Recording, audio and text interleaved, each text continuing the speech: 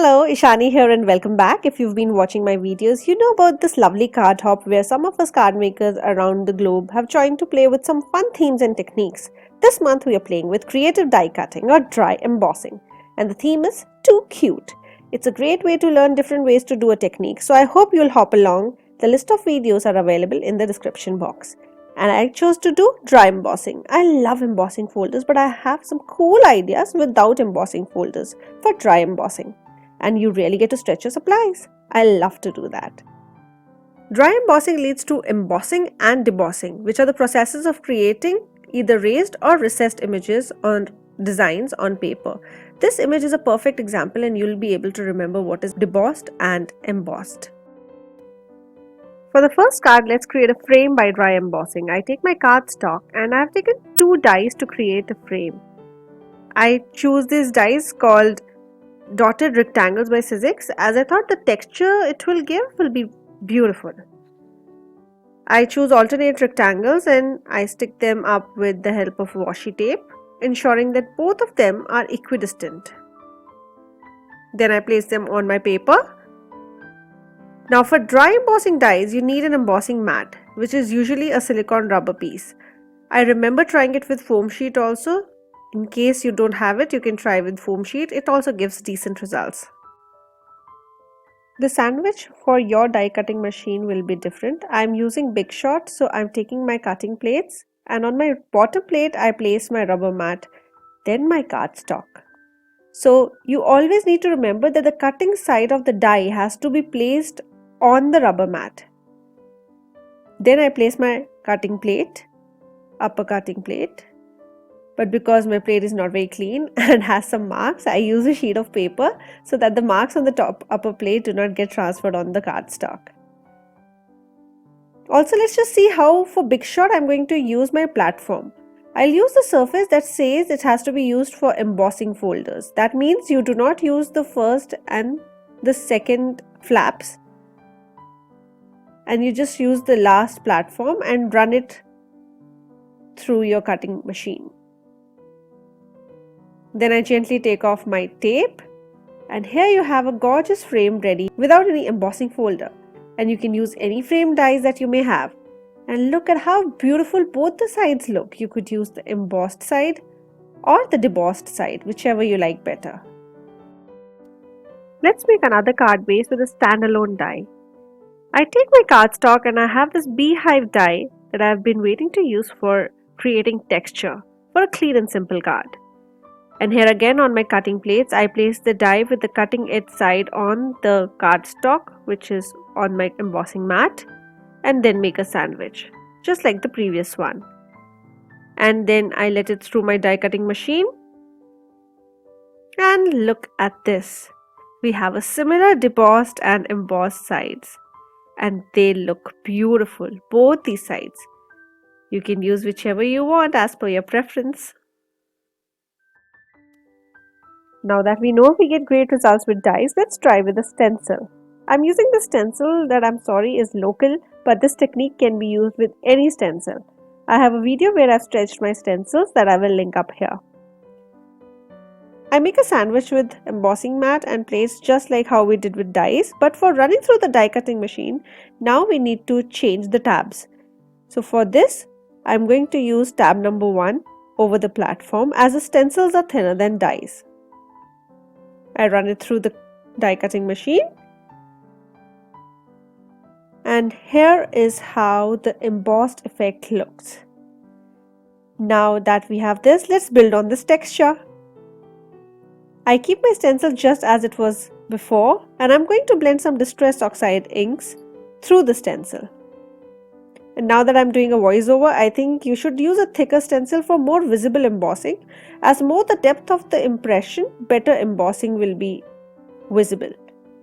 I use blender brushes for distressed oxides in picked raspberry and marmalade orange. And please excuse me for all the movement of the camera.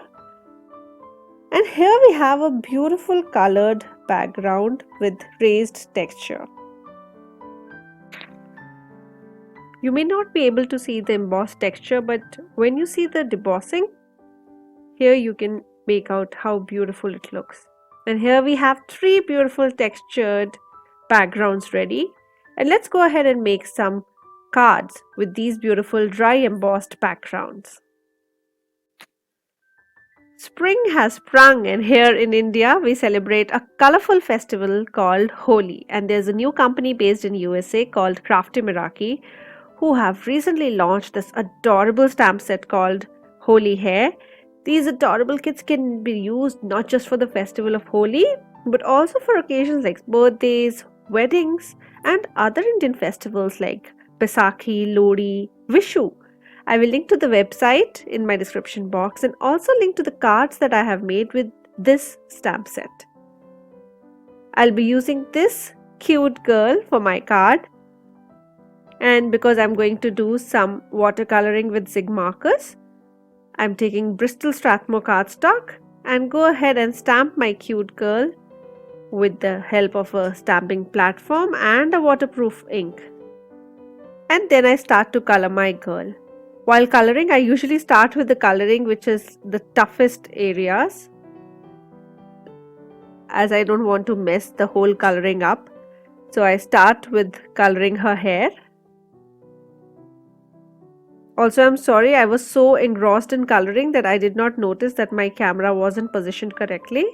So I have missed showing the coloring of her skin. But it's quite simple.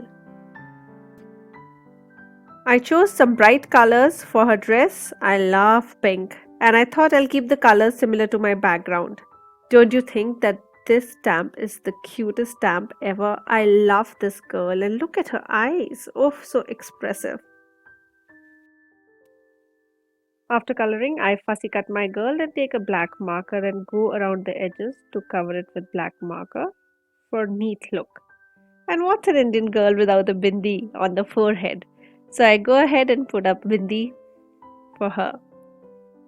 Before I stamp my sentiment, I go ahead and cut my polka cardstock with a frame die, which I should not have done, as it reduced the height of my embossing, as it flattened my dots.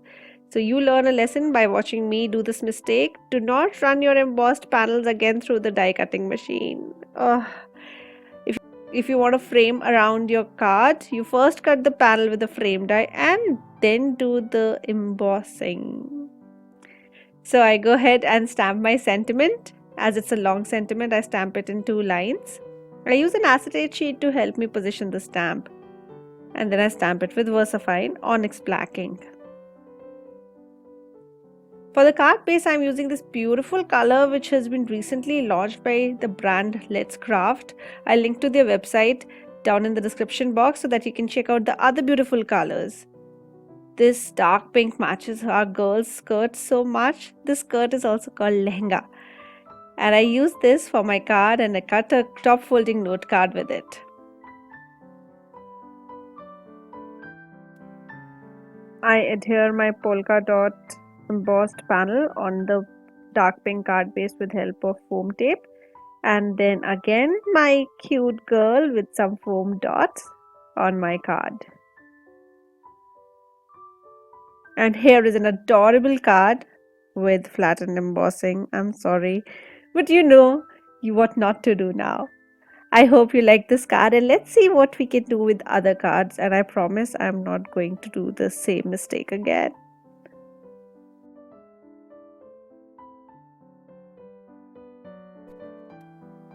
Coming to this beautiful honeycomb texture, I love the embossed side, but my 5-year-old was of the view that the embossed side looked like a real honeycomb, so I'll use this side. I'm using an adorable stamp set that I've earlier also used to make a beautiful acetate window scene that I will link for you up here to watch.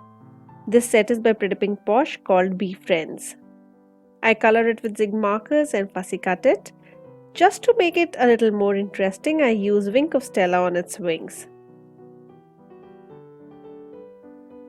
Look at the shimmer. Can you see it? I'm not sure if you can, but it looks very pretty. I love clean and simple cards, and just to give a little more interest, I use the dotted lines and a cute heart and stamp to show the motion of the bee. and I use a high stamp set in that little groove. To finish off the card, I use Yangon yellow cardstock by Let's Craft and adhere it with double-sided strong tape. And here is a cute and clean and simple card ready in few minutes. Don't you think it's adorable? It may be my favorite bee card ever. If you've been enjoying my video, I would love if you'd subscribe to my channel and let me know which was your favorite card. But let's go ahead and see what we can do with the third embossed panel that we have. I will use the embossed side for this card, and I have already colored this cute girl from MFT's Adorable Adventure stamp set and the little wooden sign. I adhere them in my little framed space. I missed recording the part of the video, but then I just took double-sided foam tape and on Boston Brown top folding note card by Let's Craft, I adhered my panel. And here is another clean and simple, cute card. Hope you liked all these cards and the ideas. Don't forget to hop along. The description box is full of links and products. Thank you so much for stopping by. Happy crafting. And yes, thank you for subscribing. Bye-bye.